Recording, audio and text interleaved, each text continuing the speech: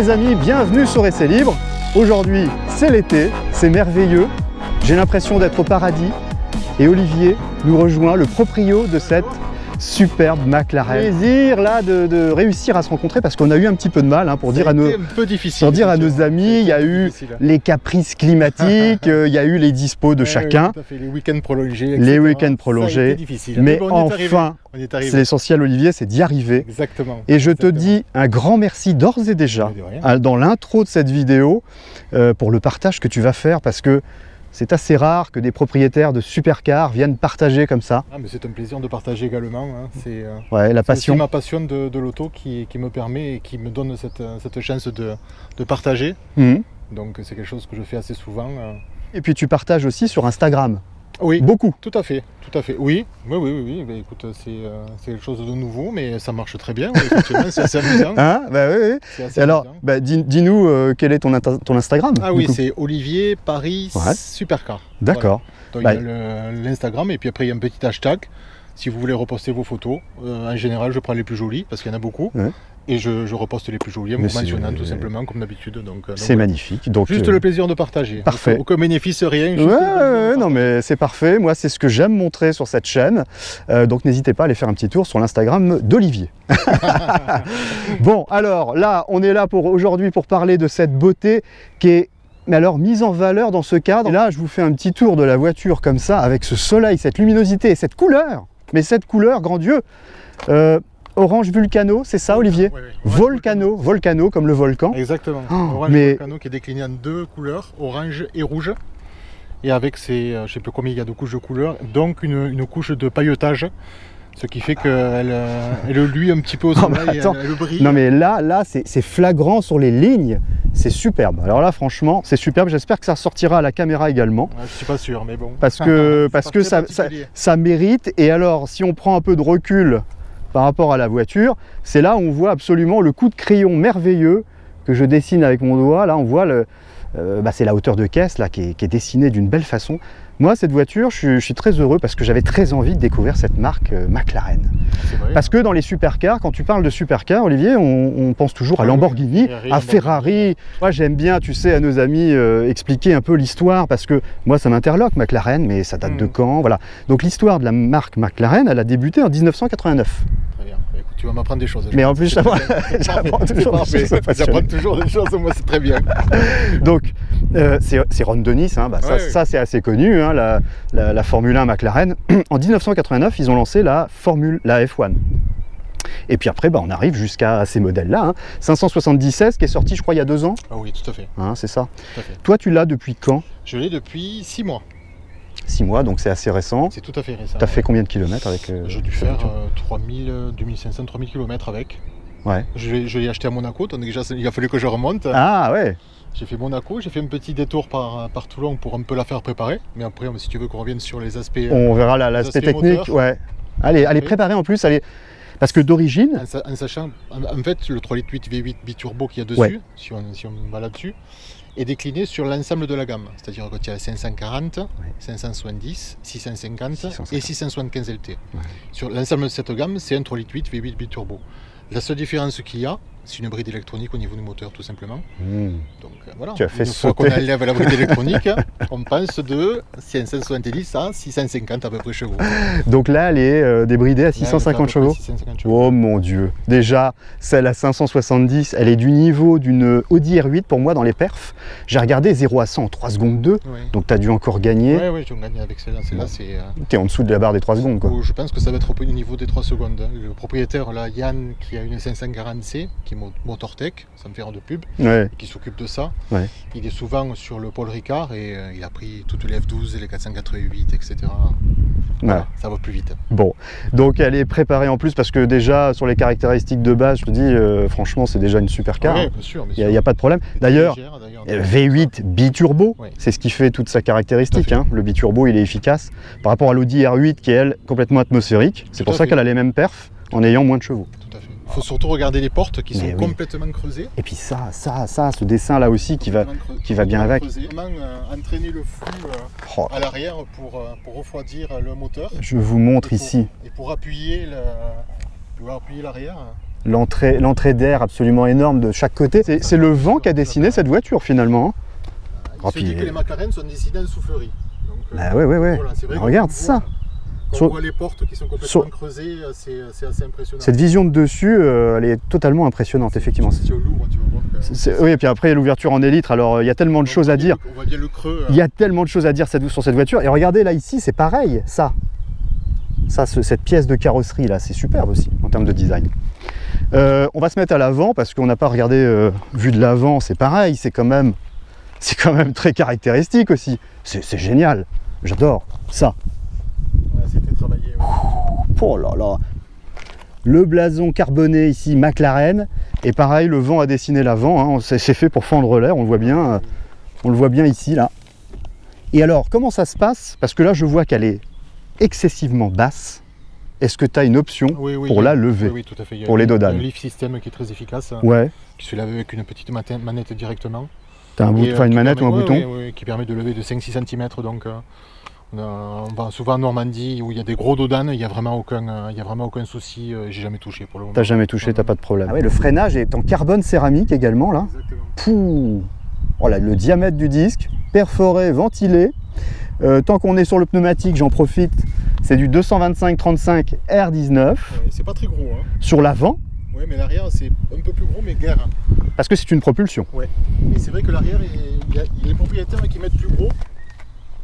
On peut mettre une monte plus grosse parce que ça tient plus. Parce que là, c'est vrai que ça part beaucoup quand même. Ah ouais, ça part beaucoup. Ouais, parce que là, c'est 285-35 R20. Donc il y a encore plus, hein. Une taille de plus.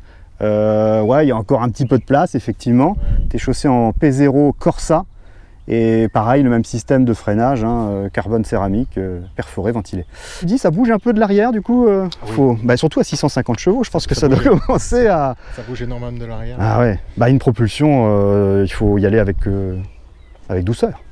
Tu verras. non, j'y vais avec douceur. Parce ouais, que non mais je sais bien. Autant j'ai eu des voitures avant où c'était, voilà, j'ai eu une Huracan avant qui était la LP614. Oh. 4 roues motrices, mais j'avais ce qui était vraiment extraordinaire comme voiture. J'en parlais ce matin encore avec des propriétaires qui en avaient. Ouais.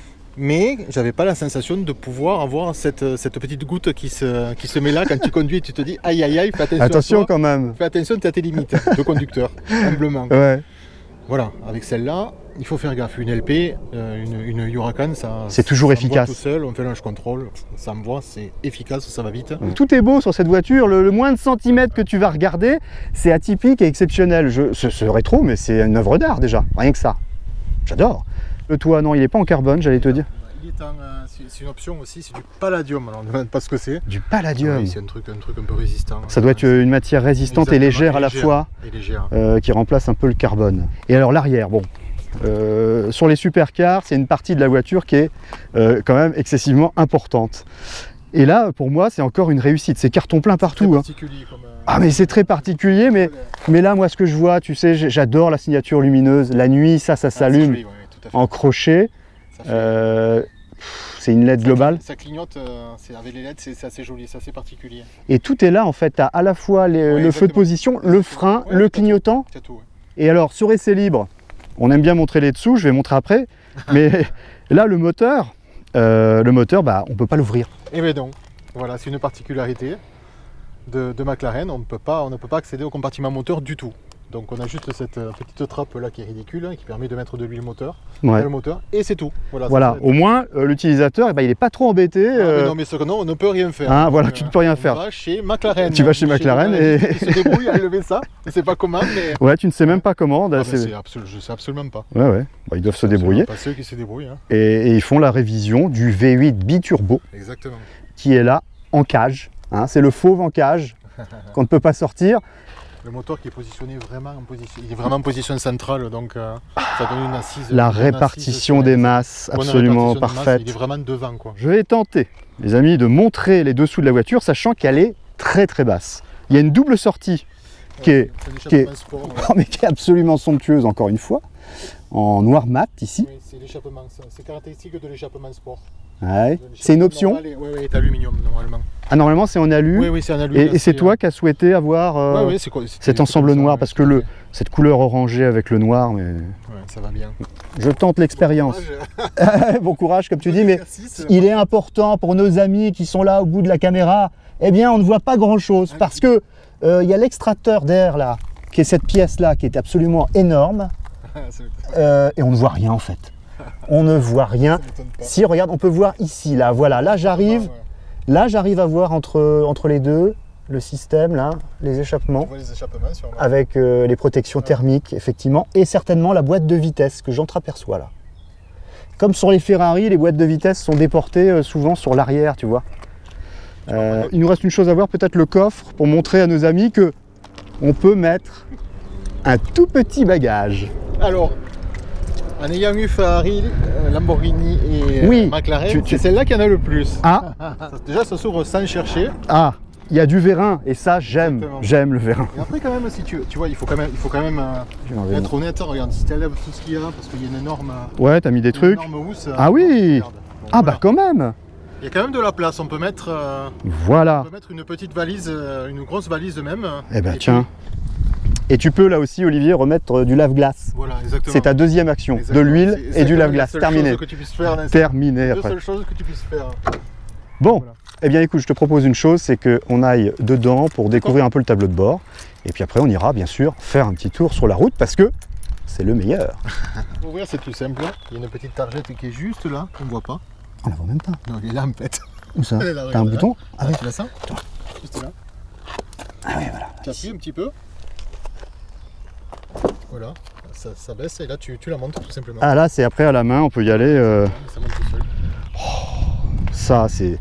Alors, ce genre de truc, c'est super, hein, c'est impressionnant, mais tu peux pas te garer n'importe où. Au contraire, tu peux te garer beaucoup plus vite, parce que regarde l'empattement par rapport à une... Ah, t'as raison. Il y a beaucoup moins d'empattement qu'une... si tu avais à l'ouvrir, elle arriverait peut-être ici. Finalement, t'as pas tort, en fait, tu peux te garer sur des places un peu serrées. Bien sûr. Le système de vérin, les amis. Et celui-là, c'est d'un beau gabarit, parce qu'il faut la maintenir, la porte, hein, et il faut la lever. Hein. Pas très lourde. Cuir, Alcantara, Biton. Voilà. Là, le plastique du bas est plus clair, en fait. Oui, exactement. Ouais. Donc là, tu le vois bien, qu'il y a du cuir. Tu vois, il y a du surpiquage, c'est joli. Sur les portes, on a la même chose, en fait. Là, tu as le cuir, l'Alcantara. Mais c'est la matière Alcantara, hein, qui est très noble et qui va bien dans cette voiture. Oui, ils en ont mis un peu partout. Un peu partout, avec des sièges baquets absolument superbes. Et donc, le 1,88 m que je fais va y prendre place. Il va rentrer sans problème. Il va rentrer sans problème. Combien tu mesures, Olivier? 86. Combien? 86. 86, donc on est quasiment de la même taille. C'est les pieds d'abord. Ah ben ça dépend, moi j'ai plutôt la méthode de fesse d'abord. Hop. Oh là là, mais écoute, j'ai la méthode de fesse d'abord et après je tourne. On a l'impression d'être assis un petit peu par terre. Hein. On est par terre. On est par terre. On est vraiment par Regardez, je peux toucher très facilement le sol. Et il y a pas, il y a quoi? Allez, il y a ça, donc 10 cm. C'est très simple à l'intérieur. Eh ben, oui, ça se veut minimaliste. C'est exactement, je pense, la philosophie entre guillemets de course de McLaren, où ben voilà, hein, il y a un simple petit écran qui est un petit iPad en gros, vraiment petit, où il y a toutes les fonctions qui sont centralisées. Ouais. Et après voilà, hein, il y a des. T'as des palettes. Alors t'as des palettes qui sont là, elles sont solidaires du volant. Tout à fait. Elle tourne avec le volant. Elle tourne avec le volant. L'avantage, c'est qu'on peut aller dans un sens, mais également dans l'autre. Ah bon? Donc on peut faire, normalement c'est on monte, on descend. Ouais. Plus ou moins, mais là on peut monter et descendre. C'est vraiment en fonction de ta si tu as envie d'utiliser que la manette de droite, elle peut faire monter et descendre en même temps. Ah ça c'est pas mal, j'avais jamais vu ça. Ouais, mais ce sont les seuls à le faire. Et la boîte de vitesse, finalement c'est des boutons. Oui. Drive, neutre, reculer, terminé, voilà. Mais quelque chose de... Tout se fait là, ou se fait automatiquement. Ça se conduit très facilement. Ça se conduit très facilement, je pense que, bah oui, parce que même un néophyte qui rentre dans une voiture comme ça, il va avoir plus d'appréhension que de conduire parce que la difficulté de conduite. Mais voilà, ça se conduit. Mais Olivier, t'as pas eu des soucis sur le gabarit de la voiture? Elle est pas grosse du tout. Non. Non, pas du tout. Elle fait 4,50 m de long, je crois. Ouais, mais elle est pas disproportionnée. Moi, c'est sur la largeur. Quand je suis comme ça à l'intérieur, là, je vois, les amis, ça me paraît super large. Ça me paraît super. Pourtant pas. Pas plus qu'une voiture. On rentre dans une place classique de parking. On peut allumer l'écran tactile sans pour autant allumer le moteur, c'est possible ça? Donc voilà quelque chose de très simple. Hein. C'est du basique. Ah, c'est du très simple, du basique, oui, tout à fait. Mais est-ce qu'on a besoin de trucs très touchy dans ce genre de voiture? Je sais pas, très honnêtement. Toi, tu n'étais pas à la recherche de confort particulièrement. Ce que tu voulais faire avec, c'est quoi? C'est du circuit? Non, c'est vraiment pour... Je fais un peu du circuit, mais alors vraiment de manière très amateur. Et c'est pas ce que j'ai envie de faire. Hein. J'y vais de temps en temps parce que ça me fait plaisir de le faire. Mais c'est surtout pour le plaisir de conduire, hein, tout simplement. D'avoir une belle voiture et en tant que passionné. Je n'achèterais pas ça si je devais aller sur circuit, j'achèterais une GT3 RS ou des choses comme ça pour vraiment, qui sont vraiment des voitures faites pour circuit. Celle-là, non, elle est plus loisir. Bon, voilà, il faut pas non plus. Voilà. Ouais, bon, en tout cas, elle te fait plaisir en tant que passionné, c'est ça l'important. Qu'est-ce que c'est que ce bitonio là? Ça, c'est rien du tout, c'est pour mon portable en fait. Ah, d'accord, c'est toi qui as mis ça. Qui le ah, oui, d'accord. Ok. C'est pas très esthétique. Non, mais c'était une question. Et tu as toujours la GoPro aussi en cas de. Tout à fait, en cas où. En cas de sortie. Ça peut toujours servir. En cas de sortie circuit. Tu as quelques applications? Oui, bon, c'est rien du tout. Des caméras de recul, des cartes. Tu as le manuel utilisateur qui est ici. Ah oui. Voilà, ça peut servir de temps en temps. Ouais, tu peux en avoir besoin. Il n'y a pas grand-chose. Franchement, moi, je suis assis là confortablement. Siège baquet qui enveloppe plutôt pas mal. Hein. C'est très bien. Et surtout... T'as de la place, t'as vu? Alors, le mètre 88 largement. Largement de place, hein. Est-ce qu'on peut avancer les fauteuils même si on veut? Oui, bien sûr. D'accord. Bon, on va pas le faire. Je vais pas le faire, hein, mais c'était juste une question parce que parfois c'est fixe. Donc là, on peut s'avancer. Et surtout, l'impression que j'ai, c'est d'espace parce que pavillon, on a de la place encore. Tu peux mettre un casque. Hein. Bah ouais. Ton casque passe, c'est fait exprès. On est tellement bien qu'on irait peut-être faire un tour. Qu'est-ce que tu en penses? Tu veux, hein, on va y aller. Et ça, c'est le bouton de la boîte à gants? Exactement. Il n'y a pas de pistolet? Non, il n'y a rien du tout. Il n'y a rien de... Ouais, alors justement, ça c'est une question parce que le regard des gens sur cette voiture, quand toi tu roules, il est différent par rapport aux autres voitures, par rapport au Ferrari ou Lamborghini, très différent. Tu l'as bien senti parce que toi tu as eu ces marques aussi. Exactement, j'ai eu une Ferrari FF, j'ai eu Maserati, j'ai eu Maserati Quattroporte, Maserati Gran Turismo S, j'ai eu Ferrari FF et après j'ai eu Huracan, donc LP 614. Donc tu en as connu un rayon. Et puis là, la McLaren. Puis la McLaren. C'est différent, c'est-à-dire que Ferrari, les gens peuvent te regarder en étant dédaigneux, si tu veux, et alors on a la Huracan, bon voilà, encore pire. Des fois tu as des remarques, etc. Donc ça m'est pas arrivé souvent, mais c'est arrivé. Les gens sont quand même assez, voilà. Globalement bienveillants. Ils sont bienveillants sur la chose. Sur celle-ci, ça n'a rien à voir. Déjà, ils connaissent pas. Mais oui. Ils connaissent pas. Donc ils sont très curieux. Et puis quand ils voient McLaren, c'est vraiment de la curiosité. Et c'est quoi? Mais c'est complètement différent. Mais c'est ça qui est beau, c'est de rouler atypique un peu, ça change. C'est vrai.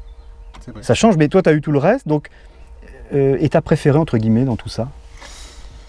La Ferrari FF était vraiment extraordinaire. 4 roues motrices? Oui.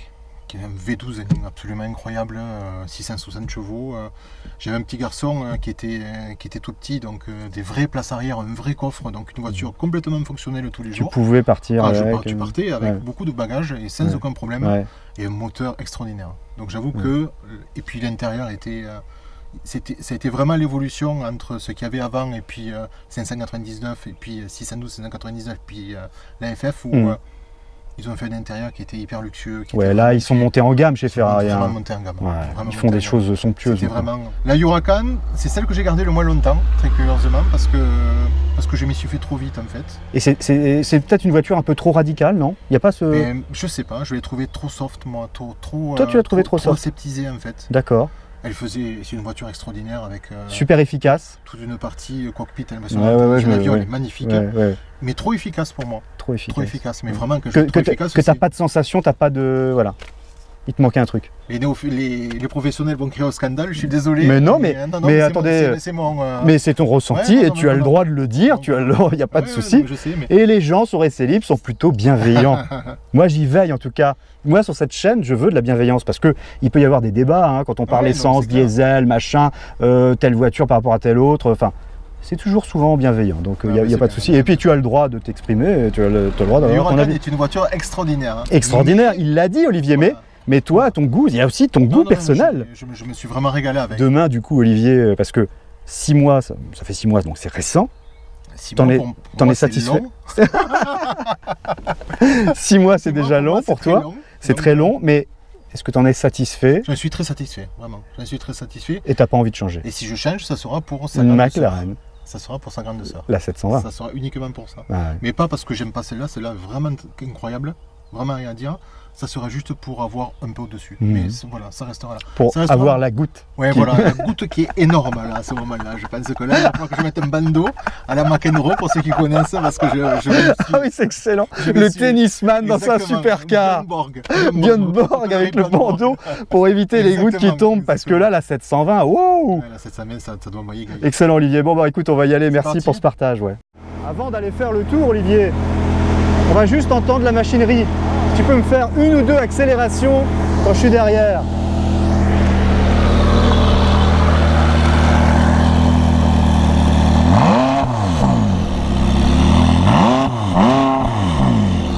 Ah ouais. Bah ouais. Voilà. J'ai rien besoin d'ajouter. C'est clair là. Les choses sont claires.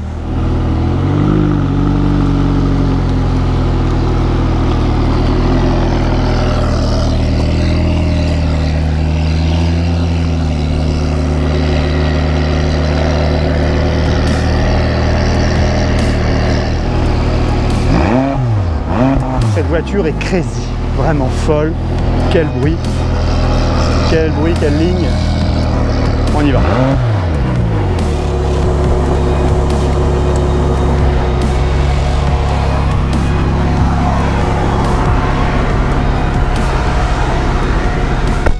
Ah, c'est bien cette ouverture en élytre, on s'habitue, hein. Bah ouais, tu vois.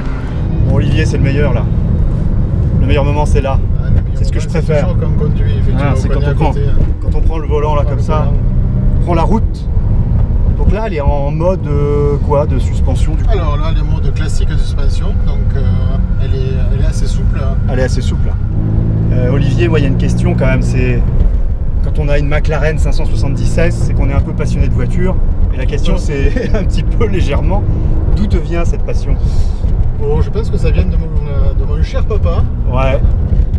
Qui a toujours adoré la vitesse, donc qui avec ses moyens et avec ses voitures, avec ses 309 GTI à l'époque, ses Audi. Ah, t'as connu ça? Elle est très vite. Il était tout le temps à fond. Donc, il a fait vomir je sais pas combien de personnes. Donc, ah ouais. Donc je pense que ça vient vraiment de lui parce que t'as eu ça étant jeune, toi t'étais derrière. Ouais, exactement. J'ai vomi aussi. T'as vomi aussi? Carrément? Ah ouais. Ah ouais. C'était vraiment incroyable. Oh la vache. Il était vraiment. Donc voilà, c'est venu de là et puis je sais pas progressivement j'ai toujours aimé les voitures donc voilà. Quand t'as pu, t'as acheté. Il y en a qui investissent dans des maisons, dans des je sais pas, dans des yachts ou des choses comme ça. Ouais, oui. Bah, chacun sa passion. Voilà les petites routes sympathiques. En général, c'est un manuel. Ouais. Et là, tu gères, c'est toi qui gères oui, je gère tout avec ça. tes palettes. Et ça Ah ouais, quand même là. Non, mais cette voiture ne rigole pas. Hein. Ah, j'aime sentir ces sensations. Sensations que j'avais ressenties lorsque j'avais conduit une Audi R8 V10 Plus. C'est pareil. Tu vois, on est. Ouais. La R8 V10 c'est 610 chevaux. C'est la même, c'est ce que j'allais dire, c'est la même configuration que la Huracan. Ouais, voilà, ouais, c'est ça. Bon, ce qui est impressionnant dans cette voiture, c'est que tu as l'impression systématiquement quand tu accélères qu'elle va partir. Comme là, tu vois le virage, tu as l'impression que tu vas. Oh, ouais, mais moi je la sens river. Hein. Elle va partir et puis finalement elle est super collée, le châssis est hyper rigide. Ah ouais. Ah Olivier, c'est comme dans un manège, hein, cette voiture. Olivier, ça filme, c'est quand tu veux. C'est quoi en track. Je mets un track, c'est bon. Hop. Il faut la tenir la caméra, je te le dis.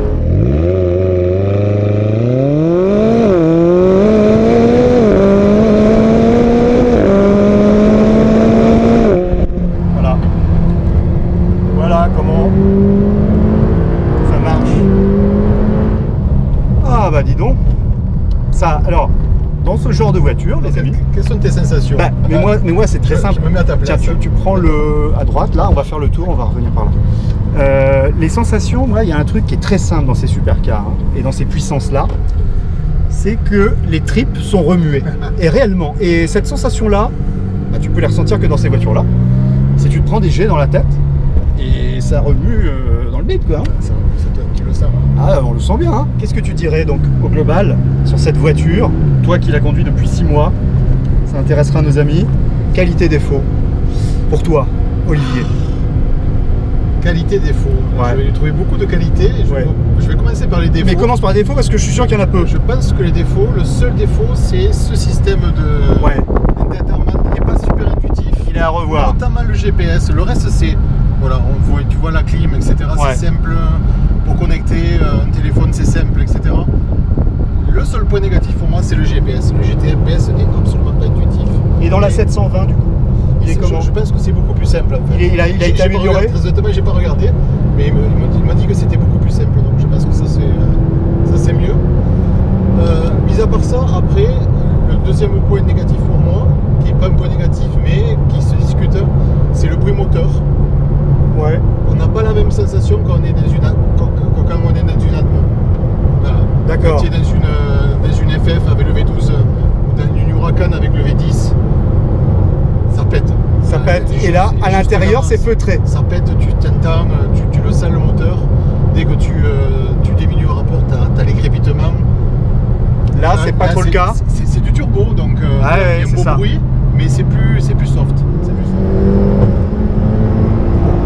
Franchement, qu'est-ce que ça colle au fauteuil, les amis.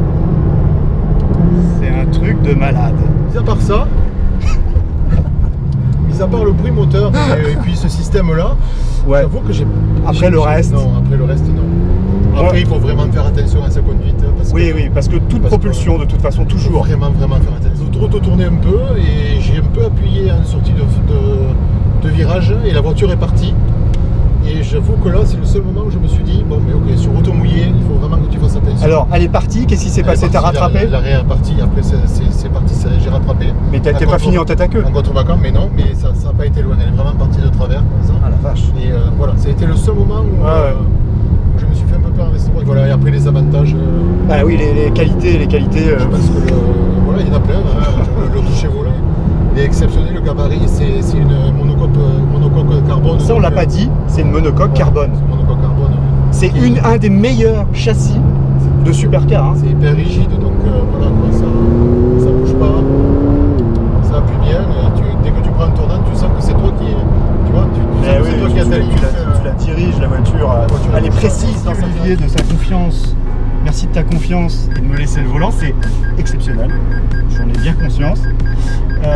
Donc là, c'est un moment d'émotion encore une fois. Et toujours, on va y aller soft, les amis. On va y aller soft. Et tu appuies sur le D. Et voilà, c'est parti. Et là, on est tranquille. Ah ben là, c'est comme si je repassais mon permis, Olivier. T'imagines? J'ai pas mon permis supercar, moi. McLaren, Don Renis, homme d'affaires, qui a créé cette marque. Ouais, c'est clair. De A à Z. Et de A à Z. Et tu vois, les premières sensations, je roule à 2 à l'heure, mais putain, on la sent posée au sol, mon avis, mais comme jamais aussi. Bon, je suis en... Tiens, tu veux te mettre en automatique ou manuel? Automatique, s'il te plaît. Tiens, automatique. Une ligne droite. Si tu peux filmer la ligne droite. Voilà, comme ça, tu tournes. Et je tente, je regarde un peu en ligne droite. Il n'y a pas de risque. Ah ouais. J'ai senti partir. Tu l'as senti, J'ai senti, là j'ai mis la gouache, et l'arrière a fait un peu comme voilà, ça, mais exactement. parce qu'il y a beaucoup. Parce qu'il y a beaucoup de puissance, effectivement. Puissance, donc voilà, il faut faire attention. J'aime bien la direction là. Tu sens vraiment ce qui se passe sur la route. Le frein, il faut aller le chercher. Ouais, ben c'est carbo céramique. Carbo céramique, il faut aller chercher le frein.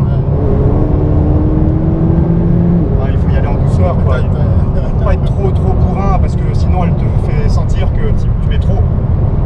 Il y a 650 chevaux quand même là-dedans. Oui. Ah, mais déjà rien que là, enfin, tu vois, c'est assez simple, c'est même la vue du rétro là, quand je vois ça me... Rien que ce plan là. Tiens, je vais montrer à nos amis. Regardez-moi ce plan. Si, c'est bon. Là, je le prends à 2 à l'heure. Ouais. Voilà ce plan que j'aime voir. La largeur de la voiture, elle paraît, mais le bombé de chaque côté, ça te donne une impression de largeur. Voilà, les triples là, ça bouge là.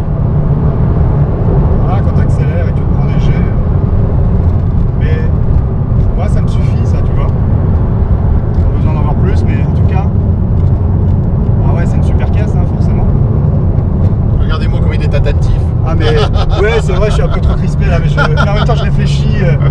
C'est tellement un shoot d'émotion, tu vois, que c'est exactement ça. C'est normal en plus, parce que voilà, c'est normal que tu sois attentif. C'est pareil, hein, quand j'ai su une nouvelle voiture, tu me parles pas, hein, ça sert à rien. Ça. Je suis concentré dans ma voiture, dans mon trip, et puis point final. Exactement ça. Point final. Voilà. Bah moi, ma journée elle est faite. Hein. Ah bah moi aussi. Allez, j'arrive. Qu'est-ce que tu penses, toi, ça m'intéresse d'avoir ton avis sur la voiture électrique. Est-ce que un jour tu penses que tu auras une supercar électrique? Je sais pas de quoi je pense que je n'achèterai jamais, très honnêtement. Ouais. Je vais être franc. T'as essayé une Tesla ou non? Non, parce que comment on va faire pour... Je sais pas, peut-être une deuxième voiture, pourquoi pas. Tous les constructeurs Porsche il vient, ils ont fait la Panamera hybride, hybride. Bon, il semblerait que ça soit un peu l'avenir, mais comment on arrivera à faire ce plaisir, ce bruit caractéristique d'un V8, V10, voilà, V12 on revient toujours à la même question. Comment on simulera ça? Comment on fera ce frisson? Tu auras les sensations de vitesse par contre, parce que ça va très très vite. Hein. Si tu vois les temps de 0 à 100 de ces voitures-là, c'est absolument incroyable. Ça dépasse les supercars. Oui, bien sûr, les Tesla mettent des piles à des Ferrari. Ah, c'est clair, donc voilà. Bon, pour finir en beauté, je pense que tout est résumé. Moi, j'ai pas besoin de beaucoup parler. Extraordinaire petit tour. Hein, c'était vraiment très très agréable tout ça. Simplement, je vais te remercier d'avoir partagé parce que tout propriétaire de supercar n'aurait pas envie de partager comme ça. C'est un plaisir de partager et de partager aussi de manière caritative. Donc, en parlant de ça, je crois qu'il y a l'association Rêve, c'est Cars and Food, qui fait une journée de baptême pour les enfants malades. Je crois que c'est à Bussy-Saint-Georges. C'est quand? Il me semble que c'est en juin, je ne saurais pas dire la date exacte. Au mois de juin. Si vous allez sur Facebook, je pense Cars and Food, vous aurez les références. Et là, tu vas avec ta voiture et, tu fais plaisir à des gens. Les routes sont fermées, il y a toute la sécurité et les gens paient pour des baptêmes et ça va directement pour les enfants malades des associations. Pour être parfaitement complet, Olivier, on n'a pas parlé du prix de cette auto. Toi, tu l'as acheté du coup d'occasion? Exactement. Je l'ai acheté d'occasion, c'est une Mars 2017. Et je l'ai acheté, que je ne dise pas de bêtises, puisque c'est un échange avec la Huracan et que en fait je ne l'ai pas payé puisque c'était c'est un vrai échange. Ah, c'est un échange, c'est un troc que tu as fait, c'est intéressant. Ouais. Et normalement, celle-là, elle était à 185 000 €. Voilà. Avec les options 185 000 € d'occasion à l'époque. D'occasion. Après, c'est une voiture, comme tu l'as elle est bien équipée en plus. Elle est super bien équipée, donc je pense qu'il y a bien entre 30 et 50 000 € d'options. Donc elle doit être entre 2,20 2,30 à peu près. Ah oui, quand même, effectivement. Parce que moi, je me suis renseigné, les prix de base sur un premier modèle 570S 9, 181 000 €. Ouais, voilà, mais elle est nue la voiture. Il n'y a pas d'Alcantara, je pense, il n'y a pas de toutes les petites touches qu'on a vues sur ta voiture. Qui sont et ça monte vite avec les options. C'est là qu'on voit que ils sont forts, nos amis marketeurs. C'est vrai partout. Dans les marques, dans toutes les marques. Je pense que si tu vas chez Porsche, bien entendu, 30-40 000 €, bien entendu, obligatoire. Bien entendu, c'est là où ils sont forts. La consommation d'essence, on s'en fout un peu. Hein. Non, mais sincèrement, on s'en tape. Mais on peut avoir cette question, et pour être complet, moi j'ai vu en mix 10 litres 7, mais bien sûr que ça c'est symbolique. Non, mais... Qu'est-ce que tu consommes, toi, quand tu roules comme ça? Alors, le seul souci, c'est que le contenu, le réservoir est très petit. Donc c'est un peu embêtant parce qu'on va souvent à la pompe, malheureusement. Et ça dépend ce que tu fais, comme d'habitude dans ce genre de voiture. Mais 10 litres, ça me choque pas parce que quand tu la conduis tranquillement sur autoroute ou pour aller en Normandie, voilà, 10 litres, oui, c'est ce que je fais, je pense. Tu vas sur circuit, tu montes à 30 litres. Oui, bien sûr, ça dépend ce qu'on fait. La vitesse de pointe donnée, elle était à 328 km/h. Je crois que c'est ça. Bon, mais est-ce que ça l'a fait monter le fait que tu l'aies préparé? Qui sait? Comment? Pas moi. Mais comment tu peux le savoir? Je pense qu'il faut aller en Allemagne. Et encore même à 300. Et encore, attends, je sais pas, parce qu'il faut du temps pour y monter. Je tiens à te remercier parce que c'était un moment agréable. Et puis, par les passions, on sent la passion en toi. Et donc ça, c'est très important aussi. Tu retransmets ça au travers mais c'est mon plaisir de vous faire partager ça. Supports, donc voilà, ça, il faut le dire quand même et le préciser à tout le monde. C'est bien aimable, Olivier. Je te dis à très bientôt, on se reverra. Donc si vous avez aimé cette vidéo avec Olivier et sa fameuse McLaren 570S, le petit pouce bleu, c'est dans ce sens-là. Vous avez intérêt, hein, je rigole. Mon compte Instagram, le mien est céline.fr. Celui d'Olivier, je le remettrai en bas de l'écran. Je vous dis à très bientôt pour de nouvelles aventures et surtout, vivez votre passion. A bientôt les amis. Merci. Ciao. Bye bye.